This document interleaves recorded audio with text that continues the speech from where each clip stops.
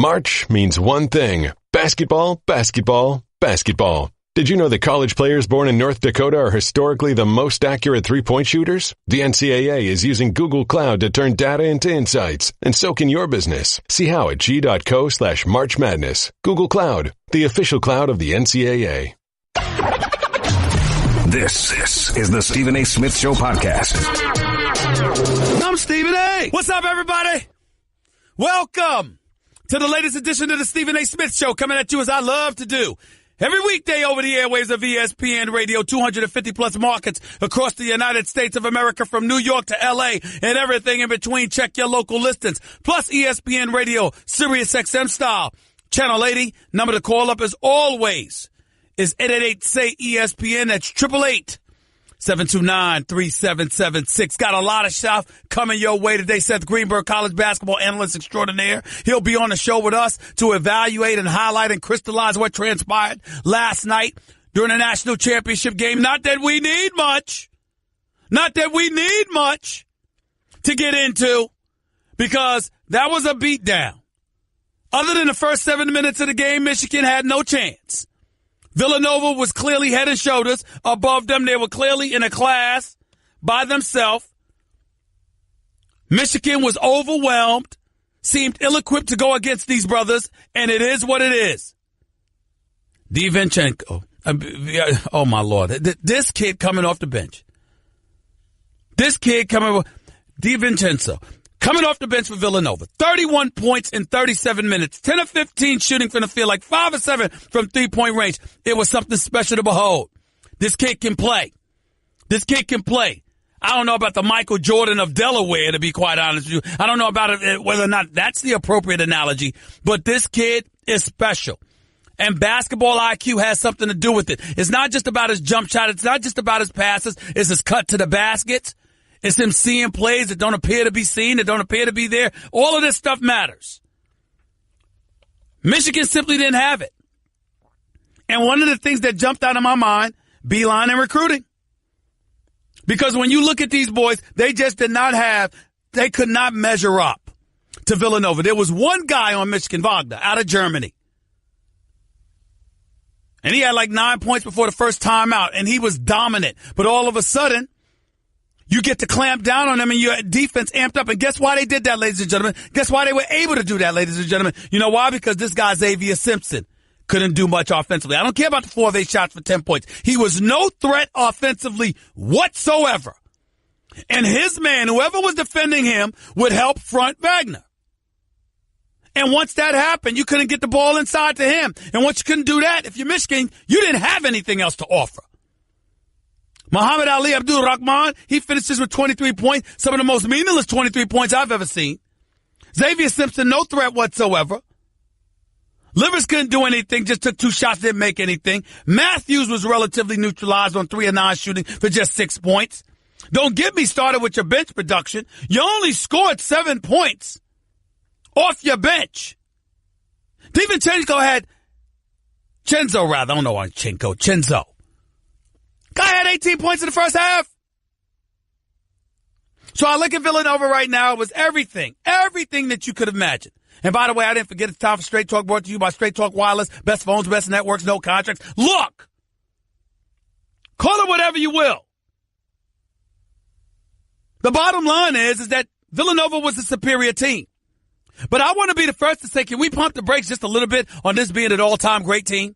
Can we pump the brakes a little bit here? I know they were a great team. I know that they're exceptionally well coached. I know that Jay Wright is one of the best coaches in college basketball right now. I'd put him top 3. I get all of that. DiVincenzo can ball. Jalen Brunson is a baller. Spellman can ball. Bridges can ball. Pascal showed you he could ball. I get all of that.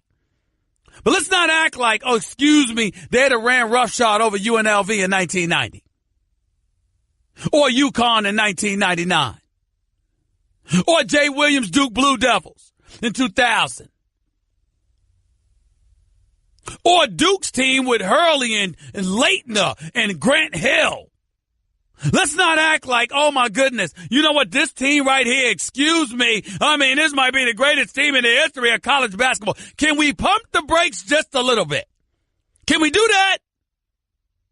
Because I ain't going that far. They're an exceptional team that's exceptionally well coached, that deserves to be celebrated. And oh, by the way, as an aside, there's some news percolating that when this kid, Dante DiVincenzo, was in high school, it was something on a Twitter account. We used the N-word and all. Will y'all stop it? I'm not saying that if it happened, it's okay. But damn it, he's a kid. And he just won the national title. Could you leave him alone? Kids say things sometimes. He's not some seasoned elder statesman experienced in the world of corporate America and knowledgeable enough to avoid what minefields and pitfalls where he's a kid. Leave him alone. I'm not saying it's okay. I'm not saying you condone that. I'm saying the kid was in high school. And if indeed he's got some Twitter account with the N-word or stuff like that, homophobic slurs or whatever the case they're trying to say that is, it's unfortunate, fine. You get rid of it, fine. You make sure he knows not to do it again, fine. All of those things are true. But I don't want to hear that in the immediate aftermath of a national championship win where he's the most outstanding player. And he puts up that performance. You had plenty of opportunities to bring that up in the past. What the hell you doing it now for? He wins a championship, and now this is the time to bring that up? If they bring it up to him again, Dante DiVincenzo, I hope that you're listening to me.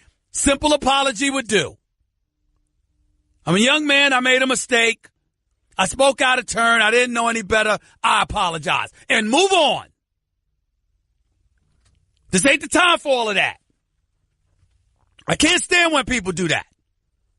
You had nothing to say when he was balling. You had nothing to say when he's sitting up there and busting his tail and playing lights out. But he wins the championship. He's a champion. And now this is the first time I'm hearing this story. I don't want to hear it now.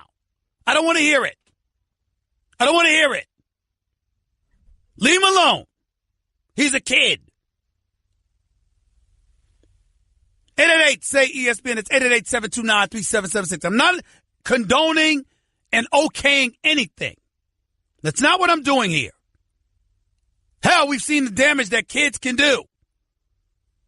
We don't need to bring all of that up. I understand it. But I want to hear about this story when you had ample time to bring it up, and all of a sudden, the night he wins a national championship, you want to rain on this parade. Stop. He balled. That's the Dante DiVincenzo we're going to talk about today. 888-SAY-ESPN. It's 888-729-3776. Speaking of Villanova, staying right there. Obviously, there are people out there asking this question. Now that Jay Wright has won 2 of the last 3 national titles, should he leave Villanova and maybe go coach the 76ers? I got 2 things to say about that. Number 1, it's a choice between comfort and talent and challenge. If you want a new challenge, you look for an NBA job. If happiness and comfort matters to you and your family, you stay at Villanova. It's very simple. It's not hard. But as it pertains to the Philadelphia 76ers, let me say this, ladies and gentlemen. Brett Brown should not lose his job, even for Jay Wright. Brett Brown is doing a damn good job. And as far as I'm concerned, this is the first opportunity he's had to coach a team.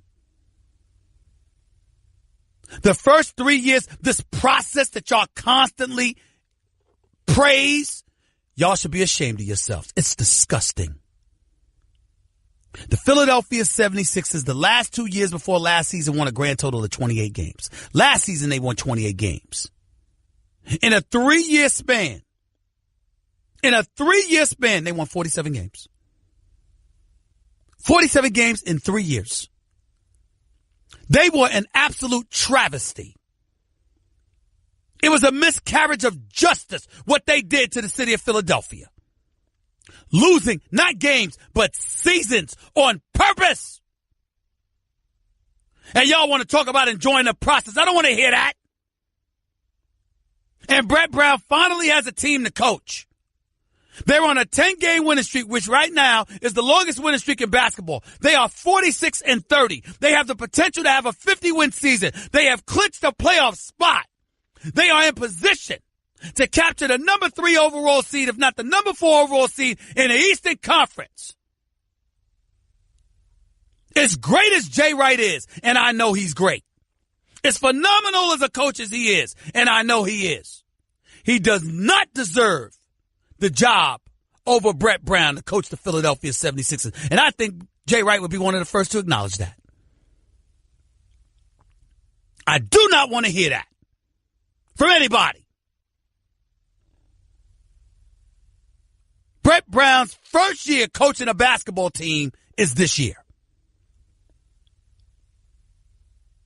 The Sixers have been nothing short of a disgrace for the last 4 years.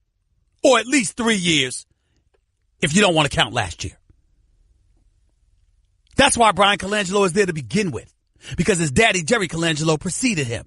And Jerry Colangelo arrived there because the commissioner of the NBA had to intervene by having a conversation with ownership for the Philadelphia 76ers because they were throwing seasons. This is the same commissioner that put out a note to teams about the importance of not tanking. And how if it's something that was going on and the league became aware of it, there would be repercussions.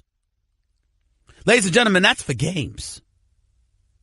I have no problem with the Chicago Bulls if they decide to throw these last few games. Season's over. You ain't going to the playoffs. Trying to position yourself for the best lottery pick you could get. I understand that. Philadelphia 76ers didn't do that. In the days of Sam Hinkie and Josh Harris and those boys, they were throwing seasons on purpose and telling the city this ahead of time.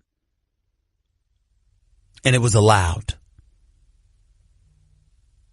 It's an absolute disgrace. It's inexcusable. And there is no way that should ever be allowed. There is more than one way to build a team, not just with the draft and saving cap space. As an executive, you're supposed to have the cachet to go out there and build a team through free agency. You're supposed to sit up there and ingratiate yourself with agents and attract free agents to your team. You're supposed to pull off trades and make things happen. I can run a basketball team right now if you tell me I got 4 or 5 years to lose on purpose and just stockpile picks and create cap space. All I got to do is hire a capologist. Who the hell can't do that job? So I don't want to hear it. Not even a little bit. 888. Say ESPN. It's 888-729-3776. That's item number 2 that I had on my list. Item number 3 is transitioning to the sport of the National Football League.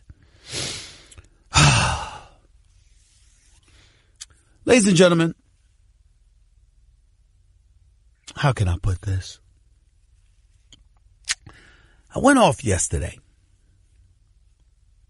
A little bit anyway. About the former head coach at the UCLA Bruins, Jim Mora Jr. I went off a little bit more this morning on First Take. Because Jim Mora went on the record talking about Josh Rosen, his quarterback at UCLA, before Jim Mora was unceremoniously dismissed last November. And if you remember, and if you recall, one of the things that I lamented was the quote that he said about Josh Rosen. I thought was wrong. I thought was cruel. And I thought Jim Mora Jr. deserved to be held to the carpet for it. If you recall, and I don't have the exact quote right in front of me at this particular moment, but if you recall, Jim Mora basically said that Josh Rosen needed to be challenged intellectually. I'm going to read the quote because I just found it. He said, Josh Rosen needs to be challenged intellectually so he doesn't get bored. He's a millennial. He wants to know why. Millennials, once they know why, they're good. Josh has a lot of interest in life. If you can hold his concentration level and focus only on football for a few years, he will set the world on fire. Ladies and gentlemen, I thought that was an incredibly shady quote on the part of Jim Mora Jr. Because my belief was, wait a minute, you're saying this before the draft. You're questioning his commitment to football. How in God's name could you do that? And think that that won't have a negative impact on him. And then there were folks that came to me and said, wait a minute, Stephen A. Mainly my producers, Jonathan Winthrop, Nuno Texiera. They came to me and they said, look, could Jim Mora Jr. be doing this to make sure that the Browns don't draft Josh Rosen because he knows that Rosen doesn't want to go to Cleveland? That could be it. And as a result, by doing that, it basically ensures that Cleveland might be turned off by it and go in a different direction. You notice that Jim Mora backtracked a little bit and said he wasn't talking about Dave Gettleman and all of this other stuff because he wouldn't mind going to the Giants, blah, blah, blah, blah, blah. Let me tell you something. That might make sense as it pertains to Cleveland. Here's the problem, in my humble opinion, with the Jim Mora quote. It should affect any team with a top 5 pick. It should affect any team with a top 10 pick.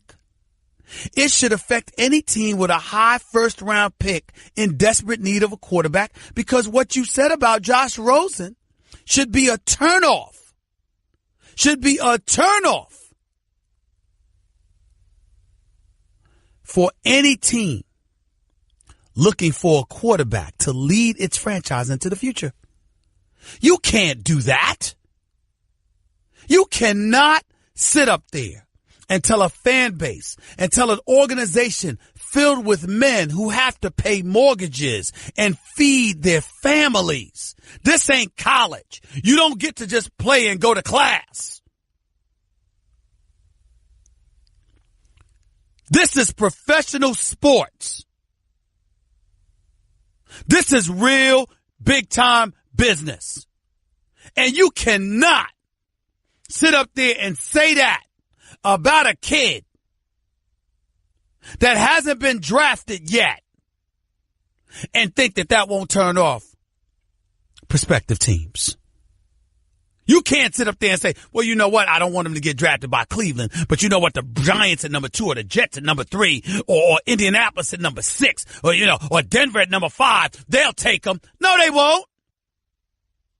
You can't do that. You cannot put this kid in a position where there are people who are going to question his commitment. You cannot do that. To do something like that, you've minimized his value. You've compromised it. You put him in a position where you have directly and drastically potentially affected his money. Because you did this before he was drafted. That's what Jim Mora did. And when you take into account the fact that this man has coached in the NFL, coached 3 years in Atlanta, where Michael Vick is on the record noting that he took the playbook and threw it into the trunk of his car. And the man coached in Seattle for 1 year where he was 5-11. So that he could, bring forth the Pete Carroll era as his successor.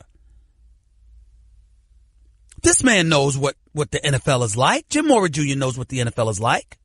He knows what comes with it. He knows that you don't just say something like that and it's not going to devalue the very people that you're talking about. And to do that to Josh Rosen, I may not be able to question his intent because he may have meant well.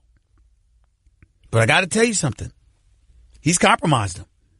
Here's a quote, an additional quote from Mora about Josh Rosen. Do I think he's the best quarterback in the draft? No, I think he's the best player in the draft. How about that? Mora said on the NFL Network. Does that mean I think he's a fit for every team? No. I think being schooled by Giants coach Pat Shurmur, great fit for a guy as smart as Josh Rosen. To be in a room with Jets quarterback coach Jeremy Bates, great fit for a guy like Josh Rosen. I think he'll excel. Basically what he's saying is, I want Josh Rosen to land in New York. I don't want him to land in Cleveland.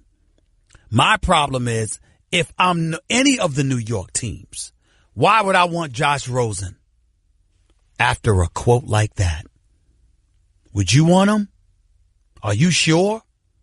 You're the Jets, and you've been starving for a quarterback for ages.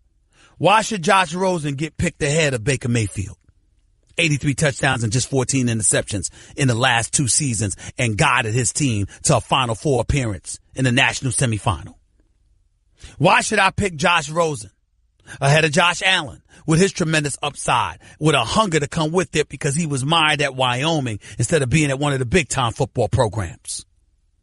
Why should I take a chance on any of them and pass on Saquon Barkley if indeed Cleveland snatches Sam Darnold with the number 1 overall pick? These are all legitimate questions. And Jim Mora is at the heart of it because of his willingness to open his mouth in such a way that it doesn't say, I don't want to go to Cleveland, Josh Rosen. It says, I don't know if you should take Josh Rosen unless the situation is ideal because he's an intellectual and he may get bored easily and he has other interests and he may not be that interested. It may not be wise, rather, to take him with a top 5 pick in the draft. If Jim Mora was looking out for the best interest of Josh Rosen, why did Josh Rosen tweet, why? ? That's all he tweeted. Why? ? In other words, Coach, why would you do this? Josh Rosen didn't deserve that. I don't care what anybody says. 888. Say ESPN. That's the number to call us. 888-729-3776. Straight Talk Wireless, nationwide coverage on America's largest and most dependable 4G LTE networks. That's something to consider. It's something to think about.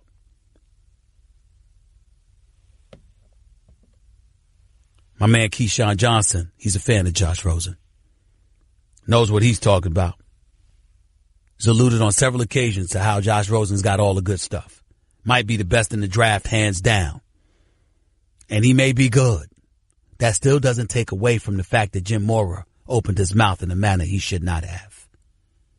March means one thing. Basketball, basketball, basketball. Did you know that college players born in North Dakota are historically the most accurate three-point shooters? The NCAA is using Google Cloud to turn data into insights, and so can your business. See how at g.co/March Madness. Google Cloud, the official cloud of the NCAA.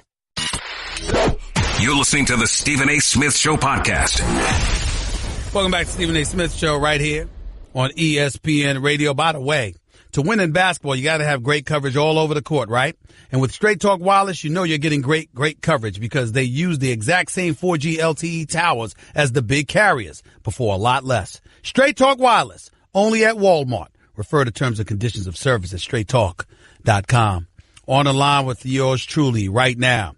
You can hear his podcast. Check out Courtside with him and Dan Dockish. New episodes weekly. Listen on the ESPN app or Apple Podcasts. I'm talking about the great one himself, our coach. Did an outstanding job covering the NCAA tournament throughout this season and especially Final Four weekend. The one and only Seth Greenberg is right here with yours truly on the Stephen A. Smith Show, ESPN Radio. What's up, Coach? How are you, sir? Stephen A., what's going on? It's a good day for me. 2 times I have a chance to talk to you. Life is good. Well, I've arrived. I appreciate that, Coach. It means a lot coming from you. How did you feel about the national championship game last night? Did you walk away elated at what you saw and how impressive it was, or disappointed that it wasn't more competitive? You know, and I walked away feeling good about it because I walked away seeing that the best team over the course of the season, the team whose body of work was the most consistent, the team who over the last 2 years is, I'm not sure if it's completely documented, has been favored in every game they've played since the game they played against North Carolina for the championship game 2 years ago. All right. They were the best team in college basketball this year. And what I mean by team is they had the greatest trust. They had the greatest belief. They had the greatest respect. On any given night, any one of them could have stepped up in what I call their 6 starters. Last night it was Dante DiVincenzo. The game before was Eric Pascal. Before that, Omari Spellman had big games. Jalen Brunson and Jay Wright, they were the rocks. But this was a team with 6 guys that averaged double figures. This was a team that the last 15 games of the season was an elite defensive team. This was the team that epitomized everything good about our game. And if you listen to the post-game press conference, which I know you did, all they talked about is all we did was play Villanova basketball, and all they talked about was each other. Not one of those guys talked about themselves. Man, that was refreshing. You know, Coach, one of the things that bothered me watching last night's game, you know, I love competition. And you know, I like the thrill of sports. You know, it's not just about the outcome. It's not just about the talent. I like the thrill, the process that you go through before that culminating point arrives. And I watched last night, and outside of that first 7 minutes, it was complete domination on the part of Villanova. And I looked at this kid, Xavier Simpson, and I just said to myself, Brunson actually started off the game scoring the first 2 baskets for Villanova because he went down low on Simpson. And I just found myself looking at this guy on the offensive side of the ball, and I said, Michigan is playing 4-on-5. He is no threat whatsoever, and that's going to cost them. I know that's what you saw. Am I correct?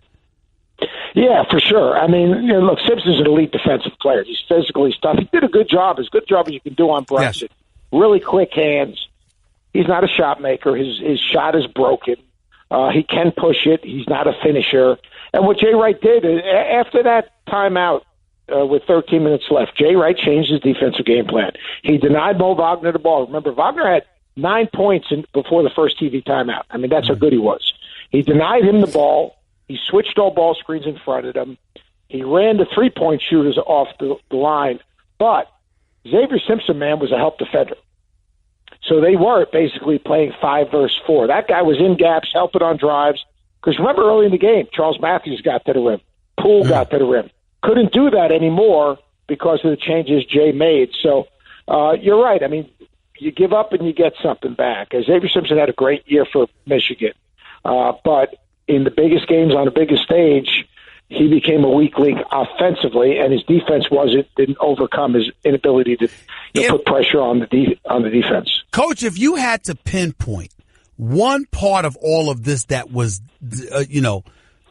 wasn't good for you, or it kind of depressed you in terms of a particular opponent you would have loved to have seen this Villanova team go against, that would have given us something epic for a national championship game, who would that opponent have been?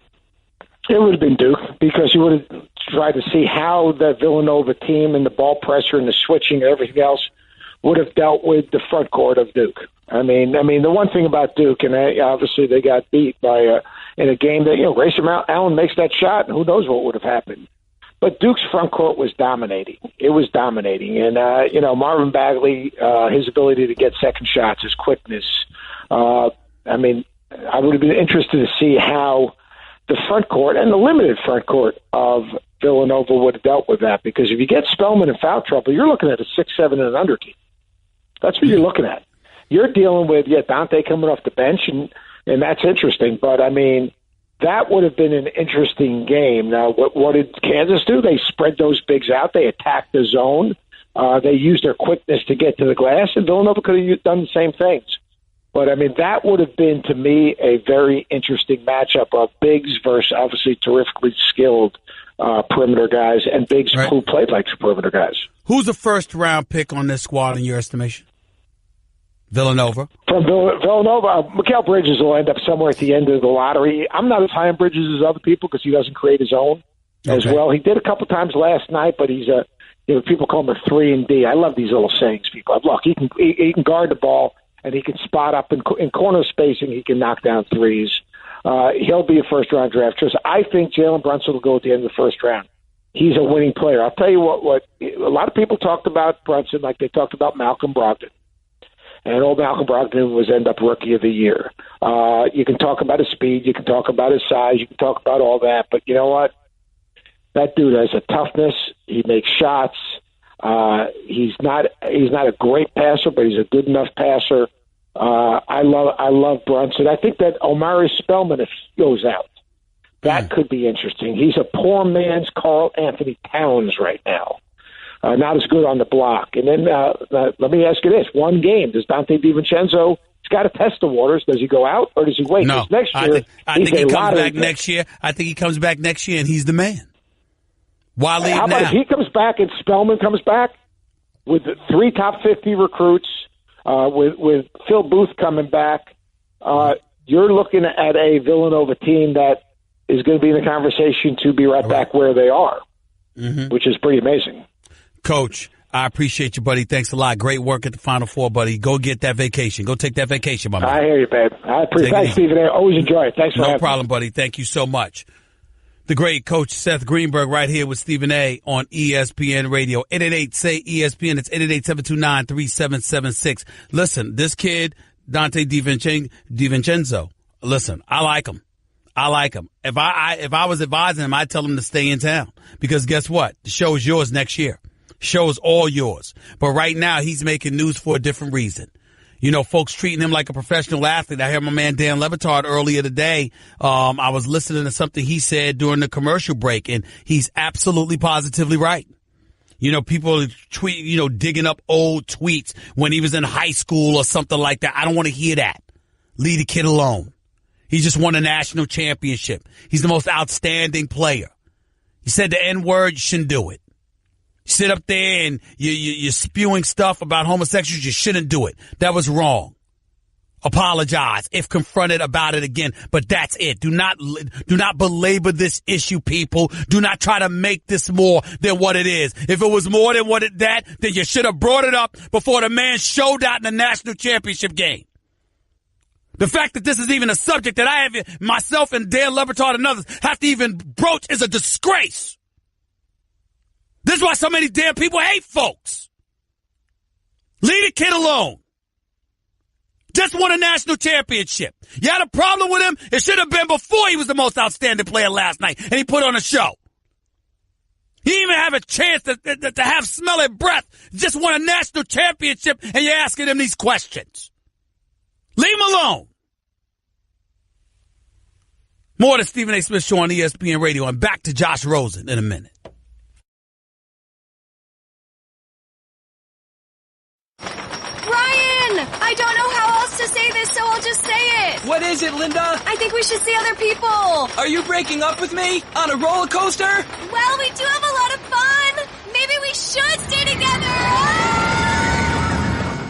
An emotional roller coaster? Surprising. What's not surprising? How much you could save by switching to Geico. I just need a little me time. Geico. 15 minutes could save you 15% or more. Guess what? You're in the middle of the Stephen A. Smith Show podcast. Damn it, I mean it! When you're hiring, you don't want to waste time sorting through dozens of irrelevant resumes. You want an efficient way to get to a short list of qualified candidates. That's why you need Indeed.com. Post a job in minutes, set up screening questions based on your job requirements, then zero in on qualified candidates using an intuitive online dashboard. Discover why 3 million businesses use Indeed for hiring. Post a job today at Indeed.com/hire. Search for greatness. Search Indeed. 888-729-3776. That's 888-SAY-ESPN. This is the Stephen A. Smith Show, brought to you by Credit Karma. Get your truly free credit scores and free credit monitoring from Credit Karma today. Credit Karma. Get knowing. Plus, ESPN Radio is presented by Progressive Home Insurance. Getting a quote is easier than ever before. I was going to get to the phones. I was going to get back to Josh Rosen, but it's a couple of things that I needed to mention, or at least one thing that I needed to mention to you boxing fans out there. If you recall, Anthony Joshua, heavyweight champion of the world, based out of England, won another bout this past Saturday night. This kid Parker, all right, he beat him 12-round decision, and basically called out Deontay Wilder, who just won at the Barclays Center over King Kong, Luis Ortiz. It was a 10th round TKO just a few weeks ago. Listen to this quote, because Anthony Joshua called out Deontay Wilder. Y'all know how much we've been clamoring for that fight. Deontay Wilder has been on this show. Jonathan, get Anthony Joshua on this show. I want to talk to this man. Listen to what he had to say. Quote, this is Deontay Wilder just minutes ago. First of all, I want to congratulate Anthony Joshua on his win last Saturday night. Anthony, I am so glad we finally heard from you on Saturday and that you want to fight me as your next opponent and you want the fight to happen in the UK. I accept that challenge and I am ready to come to the UK for my next fight. There is nothing on Team Wilder's side to prevent me from fighting you next. That is a quote from Deontay Wilder. Wow. Let's get it on. Let's get it on. Let's get it on. That's what I'm talking about. Anthony Joshua called out Wilder. Wilder said, I accept your challenge, which means that the only thing in the way is the promoters. Wilder said on his show weeks ago, and then he reconfirmed today, that he is willing to go to the UK to fight Anthony Joshua. I like that. I really, really, really like that. 888, say ESPN's number to call is 888-729-3776. By the way, on a different item, a source, and I won't say who it is because I didn't get permission to say who it is. A source reached out to me to inform me what the Josh Rosen situation is and why Jim Mora said what he said. The source basically said to me that Josh Rosen wants to be in New York because New York is a heavily, it's a heavy Jewish populace, has a heavy Jewish populace, and he's Jewish. He doesn't want to be in Cleveland. He wants to be in New York. I'm told that Rosen and Mora, his family, they're practically neighbors. And their family are friends with one another. So this is all something put in place because Jim Mora and Josh Rosen want Josh Rosen in New York because there's a heavy Jewish population. And he's Jewish, and this is where he wants to be. So they're trying to dissuade the Cleveland Browns from taking him. My point reiterates again. What we can't ignore is the fact that if you are one of the New York teams, that particular quote that Jim Mora gave doesn't make you want Josh Rosen more. That's my point. But from my source, I appreciate the info. Thank you very, very, very much. Chris in Manhattan, you're live with Stephen A. Go ahead. Hi, Stephen. I'm sorry, but I really didn't hear that quote that you are talking about, so I feel a little inequipped. But I will say this, as far as Josh Rosen goes, I have to start getting more comfortable with the idea of having Josh Rosen as my quarterback. And really my only issues with him are, I guess the concussions. Once he gets to us, and I have to say us? this. The Jets or the Giants? Who's us? No, I'm a Jet fan. I'm only going to call you about the Jets, all right? Once he gets to us, okay, then it's like you said, it's going to be about him getting in that room with Jeremy Bates, and you're not former. Right. You're a Steelers fan, right? Yes, I am. So guess who's also going to get to have his hands on him? You know who I'm talking about, Bruce Arians. There you go. That's true. Chris, I got to run. I appreciate the call. I appreciate that point that you're making. I will tell you, Bruce Arians retired. He was in Arizona. He retired. He's not with the Steelers any longer. He's not with the Arizona Cardinals any longer. But I will tell you that Rosen in New York, Jim Mora saying that he has to be intellectually challenged because he'll get bored easy and he's a man of many interests is not something that would ingratiate Josh Rosen to me if I had a top 5 pick in the draft. It just wouldn't. That's my issue, regardless of intent. Hour number 2 up next. We'll get into that and some NBA talk as well. Plus Tim Kurkjian. That's just a sample of what you'll hear on the Stephen A. Smith Show. Weekdays at 1 p.m. Eastern on ESPN Radio and the ESPN app. It's March, and that means one thing. Basketball, basketball, basketball. Did you know that college players who wear a number 1 jersey dunk the most? Or that juniors block the most shots per minute? Or that teams with cat mascots have caused the most upsets? The NCAA is using Google Cloud to turn more than 60 years of data into insights and answers. Now, you and your business can do the same. Know what your data knows. See how at g.co/March Madness. Google Cloud, the official cloud of the NCAA. March means one thing. Basketball, basketball, basketball. Did you know that college players born in North Dakota are historically the most accurate three-point shooters? The NCAA is using Google Cloud to turn data into insights, and so can your business. See how at g.co/March Madness. Google Cloud, the official cloud of the NCAA. This is the Stephen A. Smith Show podcast.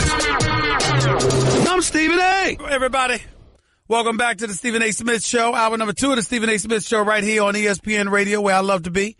Every weekday, over the airways of ESPN Radio, 250-plus markets across the United States of America, from New York to L.A. and everything in between. Check your local listings, plus SiriusXM Channel 80. The Stephen A. Smith Show is being brought to you by Pennzoil Synthetics, taking synthetic motor oil performance to a whole new level. Make the switch to Pennzoil Synthetics today.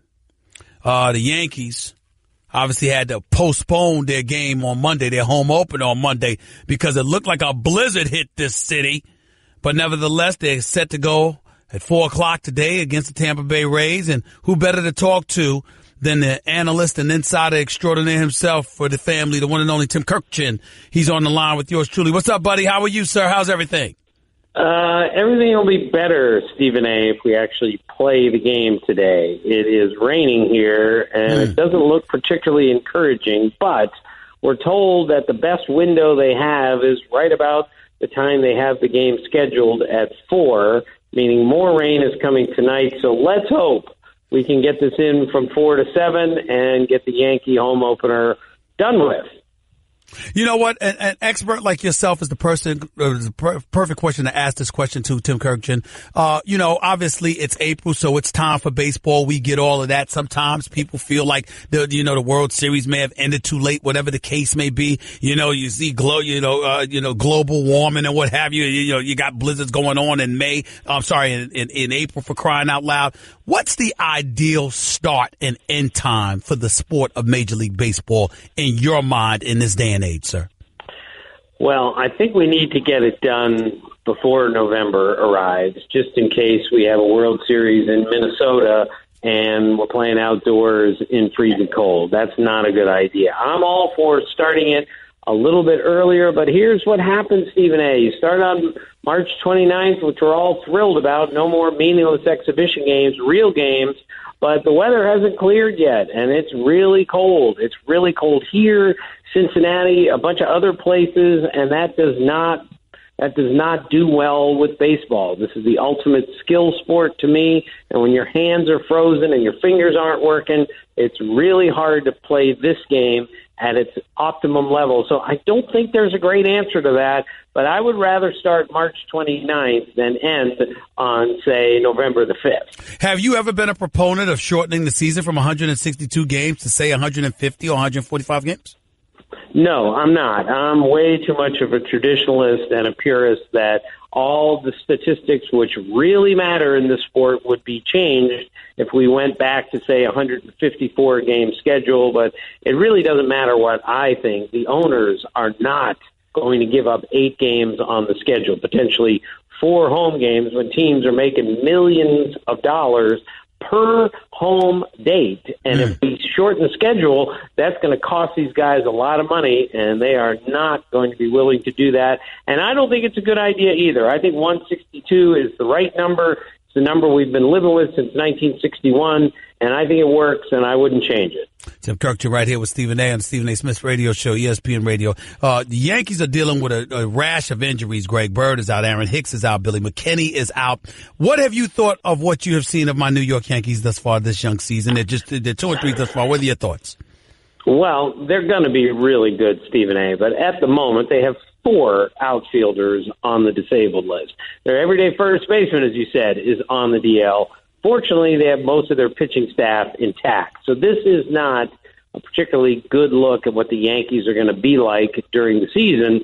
They need to get their people healthy. But the most important thing is they got the 3 big boys healthy in Sanchez, Judge, and Stanton.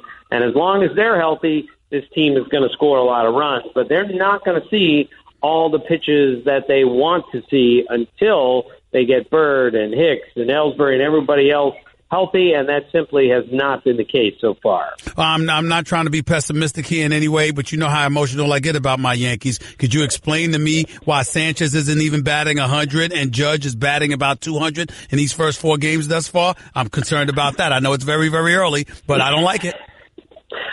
Don't be concerned, Stephen A. This is baseball. I argue about this all the time. This is the hardest game in the world to play. Really good players get beaten by this game on a daily basis in your favorite sport. You know, guys just don't go 2 for 19 from the floor, 3 nights in a row. It just doesn't happen. But the skills involved here and the weather and the pitching on the other side can be so good that great hitters like Gary Sanchez and big, strong guys like Aaron Judge can go weak without doing anything. This is how the game works. But trust me when I tell you this, eventually they will come out of this and they will do some serious damage. Those 3 guys and others in the Yankee lineup. I meant the Yankees were 2-2. I know they're not 2-3, but I got to tell you, I look at the American League, and even though Boston's 4-1, I just find myself looking at the reigning defending World Series champion Houston Astros, and I'm saying, you know what? This is theirs, and everybody else is looking up at them, not just because they're champions, but they still have, just the cachet of a champion, just the aura of a champion. They just look the part right now, just like they did last year. What are your thoughts about them thus far? Well, they were the best team last year, Stephen A., and they're better this year than they were last year. They added Garrett Cole from Pittsburgh. He had 21 swings and misses in his first start the other day. He looked great, and he's their 4th starter. They have the best starting rotation in the major leagues for me. They have the best offense in the American League, if not all of baseball for sure. And they have a great chemistry, and if anybody ever gets out of line there, and they usually don't, they have Justin Verlander, they have Dallas Keuchel, they have Brian McCann, they have these veteran guys that go, wait a minute, that's not how it's done here. I don't see any sort of hangover for that team. They're young, they're vibrant, they are absolutely relentless, and they're the best team in baseball for sure for me. Never asked you this question before, Tim Kurkjian, but I'm just curious. Robinson Cano with Seattle. They're 2-1. It's early. I get all of that, but this man was once a Yankee. This man was somebody that we thought would be a Yankee for life, but couldn't come to agreement on terms a couple of years back with Cashman and the New York Yankees that ended up going to Seattle. Have you ever asked him whether or not he's had any regrets about deciding to go to Seattle and not staying with the Yankees? Well, naturally he says, I'm happy where I am, but he's not going to be happy where he is until that team wins. And that team has not been to the playoffs since 2001. And all sorts of things, injuries included, have gone haywire there. And every year you think, well, they might have a chance, and then they don't. This is a very difficult American League right now, and I see at least 5 teams clearly better than the Mariners. They are going to have to find something here to get them into the playoffs, but I know Robinson Cano's not happy not making the playoffs, but I don't think he ever looks back and says, boy, that was a terrible move. I think he still looks and sees bright things ahead for the Mariners. Tim Kurkjian, a part of our Yankee coverage today, because the Yankees got a home opener against the Rays. Hopefully they'll start at 4 o'clock, but it's raining right now. We don't know whether or not that game is going to start. Wishing Tim Kurkjian luck with that regard. Let's transition to the National League for a quick second. Obviously, the Dodgers were in the World Series, came within 9 innings of winning a World Series title, but still hasn't won one since 1988. They're having some troubles. Their closer had some issues in his last game. They have some issues overall. What are your thoughts about the Los Angeles Dodgers coming into this season? Well, I think they're an elite team in the National League, and I think they have as good a chance as any team in the National League to go back to the World Series. But they're off to a difficult start. They've been shut out twice already by the Giants. Kenley Jansen, who you mentioned, gave up home runs in back-to-back appearances for the first time in his career. They lost a game last night, 3 runs ahead in the 9th inning. They haven't lost a game like that many runs ahead in the 9th inning in 8 years. These are not good signs, and Kenley Jansen's velocity is down about 3 miles an hour on that great cutter. Now, I'm not worried about him. I'm not worried about that team. I'm pretty sure they're going to win that division, and if anything does go wrong, they have all the money and all the resources to go get whatever they need at the trade deadline to make them a better team. Who do you consider the biggest threat to the Dodgers in the National League? Well, the Cubs are off to a bad start, but I really liked what I saw from the Cubs this spring. The Nationals haven't lost a game yet, and they have really pounded it around, led by Bryce Harper. So those are the three elite teams in the National League. For me, any of those three could go to the World Series, and I think it's going to be a great race in the American and National League because there are a lot of teams out there that are really good, even though some of them haven't shown it in the first week of the season. Very last question. Is Bryce Harper staying in Washington after the season? I'm going to guess no, Stephen A. Note my hesitation there. Yep. Let's say he wins the MVP. Let's say he has a sensational year, wins the MVP, and the Nationals win the World Series, and the Nationals make a tremendous offer to him for, say, $350 million. Maybe he stays.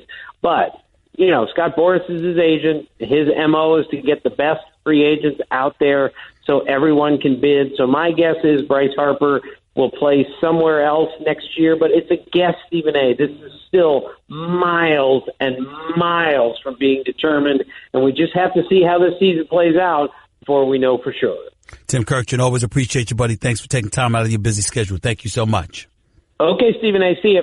Take it easy. The one and only Tim Kurkjian, MLB analyst and insider extraordinaire for ESPN, right here on the Stephen A. Smith Show, ESPN Radio, 888-SAY-ESPN. It's 888-729-3776. Always appreciate him. Ask that question about Bryce Harper because I think Bryce Harper could end up in New York. Could you imagine if you got Sanchez and Judge and Stanton and you add Bryce Harper to the mix? I'd like it, but you may not need him. And if you're Bryce Harper and you ain't talking about coming to New York, where should he go? That would be of interest to me. It really, really would. I'm just feeling that way. What can I say? But, in terms of the Yankees and injuries, I'm not worried. It's relatively early. I just asked that because I'm a spoiled Yankee fan, and I'm unapologetic about it. I'll be the first to admit it. I'm not trying to make friends. I know we're the evil empire. I could care less. It's the one sport where I don't care anything about. It's 162 games for crying out loud.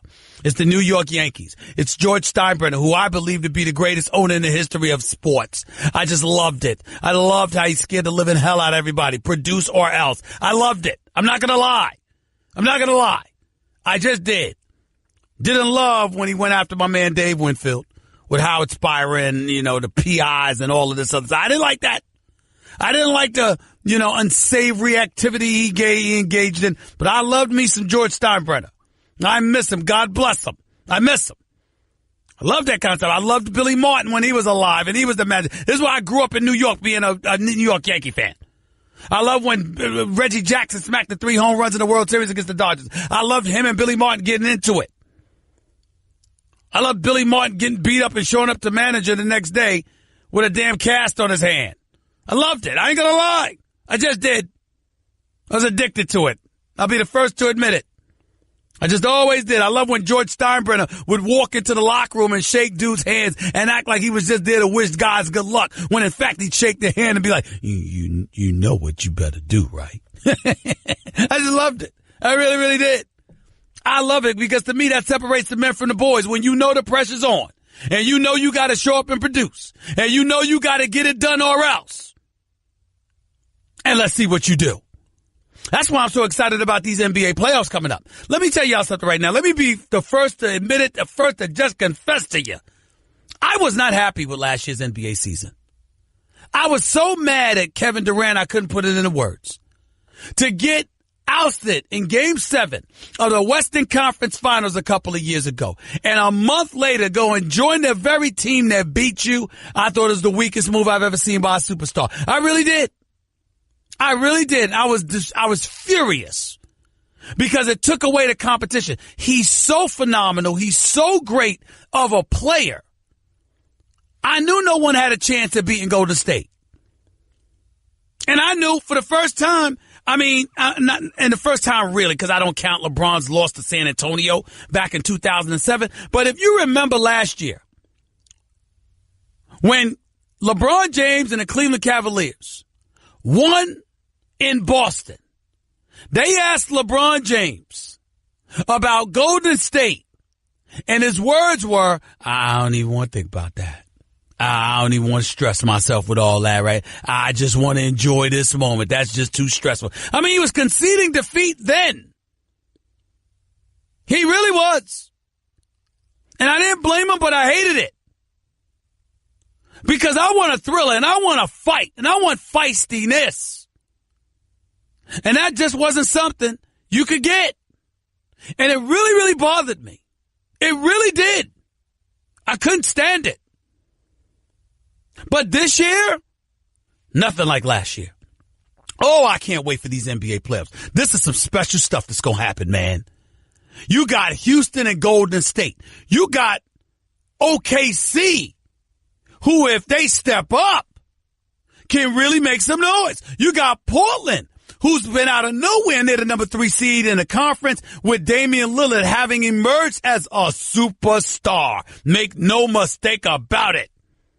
You got that going on. And then you look at some of these other teams. What if Anthony Davis got into the postseason? Utah, could they make things interesting? Donovan Mitchell's my rookie of the year. I just look at these things. Then I say to myself, this could be special. And you know why? Because I'm also looking at the East, and it's the same kind of dilemmas. LeBron and Cleveland don't look as formidable as they did. Life without Kyrie ain't peaches and cream. But Boston don't even have Kyrie because he's been injured, and they still won 6 straight. And they've moved within 2 games to Toronto with the number 1 seed, who plays Cleveland tonight. I find the game to be more important to Cleveland than it is to Toronto. But it's a healthy debate as to who the game is most important to, because if you're Toronto, you want to send a message to LeBron and Cleveland, you can beat them. And if you're Cleveland, you want to make sure you hold on to that number 3 seed, because do you really want to go up against Joel Embiid and Ben Simmons? If you lose the battle for the 3 seed, and let's say Indiana, who's only a game behind you, moves up and captures that seed, and you and Philadelphia are the 4th and 5th seed, and y'all got to go up against one another, could be very interesting. Milwaukee with the Greek Freak is on the outside looking in.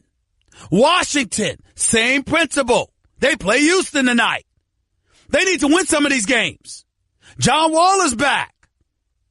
But you got his backup that looked good in his absence in Satoransky going on the record talking about how, you know what, we don't want any parts of LeBron James. I mean, how weak can you be? We just don't want to see LeBron James. I mean, damn. That's not a good look. So all of this stuff is going on. And it can't be ignored. Just can't be. 888-SAY-ESPN. Daniel in Dallas, you're live with Stephen A. Talk to me. Yes, Stephen A. I enjoy your show, man. It's great. And I love what you said about the kid from Villanova. Yes, sir. Because all I saw, I didn't see what color that kid was. I just saw a kid falling out of control. That's right. Not only that, bro, here's the reality of the situation. Look, I'm a black man. I don't enjoy anybody that's not black spewing the N-word or anything like that. But number one, we don't have context. And number two, we don't know how he said it or who he was talking to or what he was talking about or whether or not he was spewing rap lyrics, for crying out loud. That's number one. But number two, and more importantly, Daniel, it was rap lyrics, okay? That's number one. It was rap lyrics. Number two, Daniel, and more importantly, the dude was in high school. Yes. And here we are bringing it up the night after he wins the most outstanding player award for the national championship performance of 31 points in 37 minutes. I mean, what the hell is wrong with us? Why are they waiting just now to say something about him? How long? He's been balling all. I mean, I'm pretty sure he's been playing basketball his whole life. Leave the kid alone. Leave the kid alone. We're just so quick to down people when they do good. And I'm a black man as well. And I agree with you. I don't like to hear that kind of stuff. But the younger generation is not the same generation that was 10 to 15, 20 years ago. Well, we got to open up a little bit. We got to open up. We got to open up a little bit. Wait a minute. We got to open up a little bit. We don't need to give a kid a pass for that. But the point is, if you're going to hold him accountable, could you hold him accountable for something he did now? I mean, the kid was in high school. This is years ago. I mean, my God.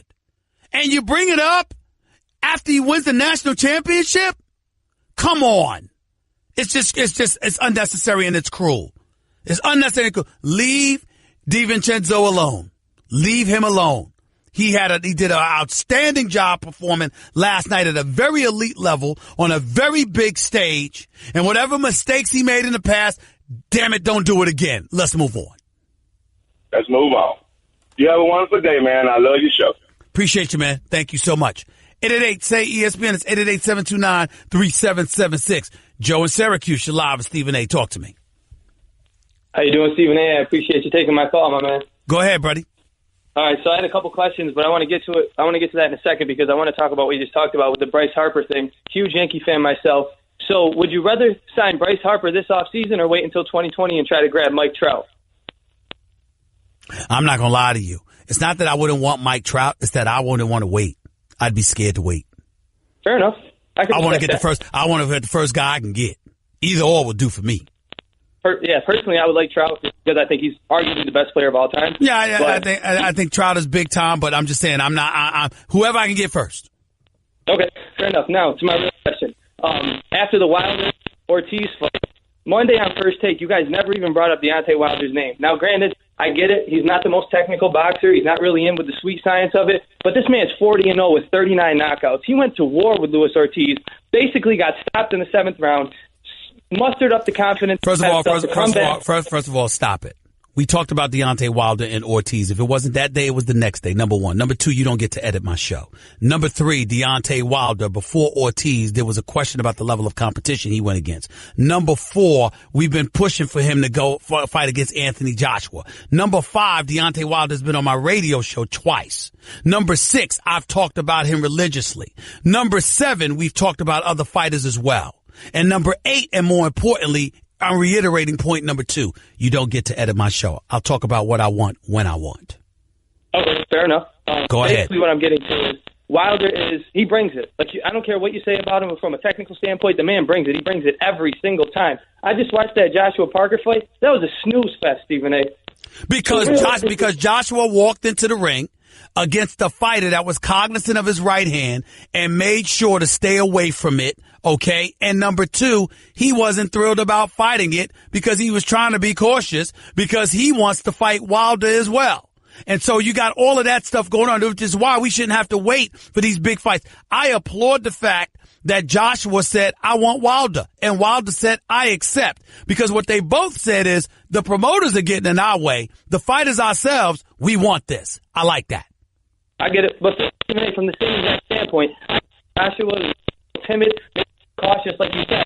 Wilder's been calling out Joshua now for almost 3 months, technically years at this point.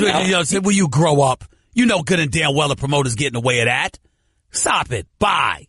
I mean, don't irritate me with nonsense like that. You talk about he's been calling him out for 3 months. None of them trying to fight for free, and the promoter's control it. It's boxing. You know that. Stop acting like you don't.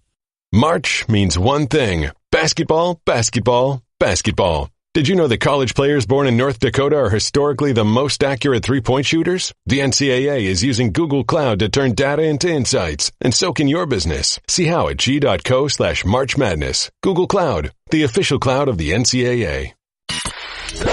You're listening to the Stephen A. Smith Show podcast.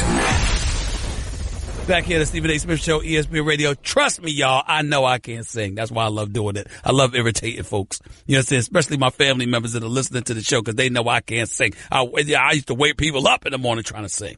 That's just what I did. Because I can. Back to the phones we go. At 888-SAY-ESPN, it's 888-729-3776. By the way, I'm not concerned about my Yankees. They'll be fine. I am worried about them damn Houston Astros. They look real. It's one thing to be a champion. It's another thing to follow that up by looking like a champion from opening tap, putting everybody on notice. Here we come. I am concerned. Los Angeles Dodgers, I don't know what the hell is wrong with y'all. Jansen, get it together. Get it together. And don't be telling people, hey, I ain't worried about nothing. It's just a game. I know you got to forget past performances, but you got to bring up that velocity. Could you, pretty please, with your going top? And don't think I'm going to sleep on those San Francisco Giants either. I don't care how awful they may look. I don't care how subpar they may look. The fact of the matter is they always have a down year and then they come back and win championships. It's what they do. Just me thinking. Bryce Harper be good, but don't be too good. Be ready to leave the nation's capital. You should be in a bigger market. Back to the phones we go. Let's go to Josh in New Jersey. You're live with Stephen A. Talk to me. Hey, Stephen, how you doing? I just had 2 quick questions for you. Yes, sir. First question is the kid Dante who got most outstanding player last night. Yes. If he enters the draft, do you think he has a shot at actually getting drafted? Yeah, I think that he'll get drafted. He'll get picked up either late in the first round or he'll be a second round pick. He's got decent size on him and he's got a jump shot. And he's proven that he shows up on the big stage. That matters to NBA scouts. So I think he got a chance, but I think that if he comes back and the show is his, particularly if Jalen Brunson leaves, then you're talking about him potentially being a lottery pick next year. Okay. And the second question is, if the Cleveland Cavaliers somehow match up with the Philadelphia 76ers, do you think they can actually pull it off if they're healthy? No. They're not beating LeBron. They're not beating LeBron. They're not beating LeBron. Washington's not beating LeBron. You ain't beating LeBron in the first round. I can't see that happening, but I will tell you this. There is even if LeBron lost in the first round, there is no greater defeat, no greater stain on his legacy than if LeBron loses to Kyrie Irving in these playoffs. I'm not talking about next year and beyond, but this year, if LeBron were to lose to Kyrie Irving, it would be very bad for him. It would be very bad. That I will tell you. Appreciate the call. Bumbo in Charlotte, you're live with Stephen A. Talk to me. What is going on, Stephen A? I was going to talk to you about this Jalen Brunson kid, and how just watching the game, he reminds me of Kyle Lowry. But he doesn't. I see that he's probably. I don't see Jalen Brunson being like Kyle Lowry. I thought Kyle Lowry is feisty like him, but Kyle Lowry was much faster. And much faster and much more formidable defensively. Yeah, but they still seem to have the same body type. I mean, Brunson is a little bit taller, but taller and bigger. Yeah. And looking at the game, his post game, I mean, he looks like he can be a point guard. That even if you get him in a later round, he can make the rotation and possibly be in the starting point guard for years to come. He's steady. And I think that he'll stabilize a ship as a point guard on the next level. I can see Jalen Brunson in the draft being picked up late in the first round and being in the NBA for a decade. I could see that. Well, let me ask you this before I go to my next question. I believe it's around 5 minutes in the first half when he started to get hype, and basically that got that team going. What was in your mind when you seen that happen? Because you could clearly see that the guy's a leader and he gets that team going when he speaks up. Yeah, you're wrong person to ask, because for me last night, all I could think about was how overwhelmed Michigan looked.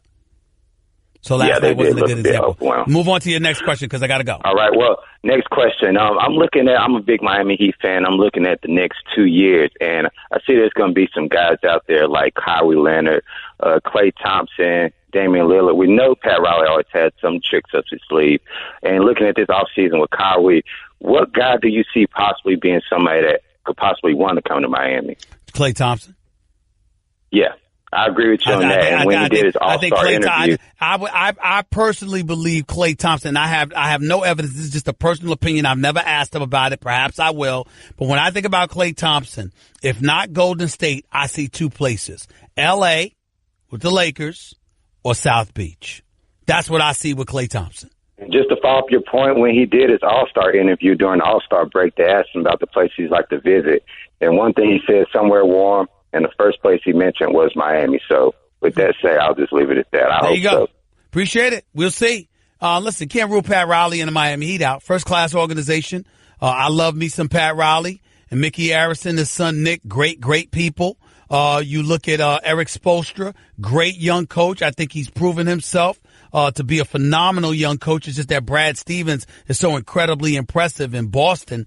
And I think that Brad Stevens is so great that he's made it easier for organizations to embrace the notion that a great college coach like Jay Wright can coach on the NBA level, because that's how well Brad Stevens has done in terms of his communication with the modern day player combined with his basketball know-how. Brad Stevens is the best young coach in basketball on any level. He's that special. But Jay Wright is a guy that's proven he can coach as well. just shouldn't be coaching the Sixers at Brett Brown's expense right now with the way Brett Brown is doing, considering the suffering that he was subjected to his first 3 years on the job. Guess what? You're in the middle of the Stephen A. Smith Show podcast. Damn it, I mean it! Ryan! I don't know how else to say this, so I'll just say it. What is it, Linda? I think we should see other people. Are you breaking up with me? On a roller coaster? Well, we do have a lot of fun. Maybe we should stay together. An emotional roller coaster? Surprising. What's not surprising? How much you could save by switching to Geico. I just need a little me time. Geico. 15 minutes could save you 15% or more. Guess what? You're in the middle of the Stephen A. Smith Show podcast. Damn it, I mean it! Lamar in Virginia Beach. Talk to me. Hey, Stephen, man, I have to let you know you're not the only one on the dark side with the Yankees. I am. I grew up in Chapel Hill, right across from Franklin Street. And when the Yankees would come and play baseball against Carolina, I still have my baseball signed by Catfish Hunter and Reggie Jackson. And I don't care whether people like it or not. When I go look up in the history books who has the most baseball championships, it's not going to say whether Steinbrenner was evil. It's just going to say he was the man. So if your franchise can't get their butt in gear to go out and do what it takes to be winners, suck it up, tough, deal with it. Stay second place. Works for me. Works for me. What's your other point, buddy? Okay. My other point is this year is the first time I really sat down and watched the NBA basketball because there's so many good teams that brought me back. When you had Karl Malone, you had Bird, Magic, and Jordan. Forgive me, I'm rushing you because I got other calls to get to. I need you to get to your point, my brother. No, but I'm just letting you know that I'm with you. This year, I'm looking forward for the NBA playoffs. I let it go by the side. And, Steven, keep it up. Don't worry about it. I'm right there with you on the dark side. That's a lot, my brother. I appreciate it. Thank you. Trey in Dallas, you're live with Stephen A. Talk to me, Trey. Hey, how you doing, Stephen A? I just wanted to get you good, man. Just kind of get your perspective on if DiVincenzo might be the second coming of Steph Curry, maybe, with the work. Next, a few more years. DiVincenzo. Well, can we pump the brakes? Steph Curry is the greatest shooter in the history of basketball. Can we let this guy complete college? Can we let him get to the pro and be a rookie and see what he's got? I mean, my God. Steph Curry is the greatest shooter in the history of college basketball. We didn't really start thinking about DiVincenzo until this weekend. Can we calm down? Please.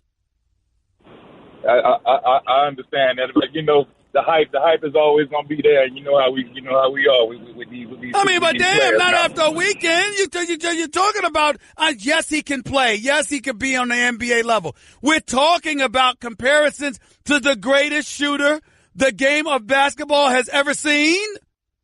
We didn't get that from DiVincenzo before last night. That's true. I respect that, Stephen A. I just wanted to, and my next question, you think that if Villanova get that nucleus, that core nucleus back, maybe they can repeat next year? Yeah, probably so, but who cares? I mean, talk to me about that next year. All right? Who cares what they do? We'll find out next year. We'll see. They just won a title last night. Can they repeat? Sure, it's college basketball. Or it's March Madness and they can wet the bed. They didn't win a title last year after they beat North Carolina a couple of years ago. So let's look at it that way. James in Staten Island, you're live with Stephen A. Go ahead real quick. Hey, what's going on, Stephen A? How you doing? I'm all right. Talk to me. Quick question. You mentioned the NBA playoffs this year. You mentioned it being very exciting. You think matchup-wise, what would you rather see? You rather see a OKC Golden State player on the Western Conference Finals or Golden State Houston Western Conference Finals? I'd rather see Houston. Because Golden State would be on the road and it would be tougher. See, Oklahoma City would have to come through the Oracle, not to mention the fact that once you're starting five, any of those guys get benched. You don't really have a bench outside of Grant. That's not enough to beat Golden State. But I love the fact that James Harden looks the way that he looks, that the combination of him, CP3, and Clint Capella on the floor together have only lost 2 games, that they have home court advantage because they captured the number 1 seed, and that the road to the finals would have to go through the Toyota Center in Houston. I like that kind of adversity for Golden State because it's going to show me what they're made of. can I ask you one more question? As far as Houston, though, you think San Antonio? You think if they had their card, if they play Houston? Possible, but that's with Kawhi Leonard. He ain't there, and I don't think he's coming back. So because of that, I'm not high on that. Appreciate the call. Hernan in New Jersey, you're live with Stephen A. Real quick, go ahead, Hernan. Stephen A., thanks for taking my call. Just a couple of points. I do disagree with you in terms of the NBA Finals or playoffs, I should say, being different this year. If Steph Curry is healthy, I think it's the same result. Either the Warriors or LeBron and the Cavs take the championship. No different. Stop right there. You know why you're wrong? Because even if Golden State wins and it's the same result, it's still a different path. By that, I mean Houston looks formidable. There is a team that is considered a legitimate threat to their supremacy within the same conference. And, oh, by the way, a Game 7 would be in Houston. It wouldn't be at the Oracle. So because of that alone, the vibe is different, which is all I wanted. James Harden has got to prove it to me. Until I see it, I'm not a fan. As far as last night's game is concerned, it's great for college basketball. I think what Jay Wright has got going at his program in terms of having upperclassmen, letting players sit around for a couple of years and really build a good program is the way to go, especially with the G League being introduced to some of these one-and-done players. I think it's a great thing for college basketball to show that you can keep a team together and win championships. Well, good point. Good point, because Jay Wright and what they've done has done wonders for college basketball. Because when you see something like you saw last night, especially if you're talking about players who have returned, and more importantly, what if only Bridges go to the NBA? What if Brunson decides to stay? What if DiVincenzo decides to stay? Then that kind of ambiance is a better environment for your aspirations as a basketball player than the G League. So you're absolutely right about that. I think that bodes well for college basketball. And Jay Wright in Villanova has done a great service to college basketball by winning the championship last night. Got to get on out of here, but I'll be back with y'all in 22 hours. Until then, peace and love. Remember, the New York Yankees coming up. They're going to play in a little while. Talk to y'all in 22 hours. That's just a sample of what you'll hear on the Stephen A. Smith Show. Weekdays at 1 p.m. Eastern on ESPN Radio and the ESPN app. It's March, and that means one thing. Basketball, basketball, basketball. Did you know that college players who wear a number 1 jersey dunk the most? Or that juniors block the most shots per minute? Or that teams with cat mascots have caused the most upsets? The NCAA is using Google Cloud to turn more than 60 years of data into insights and answers. Now, you and your business can do the same. Know what your data knows. See how at g.co/March Madness. Google Cloud, the official cloud of the NCAA.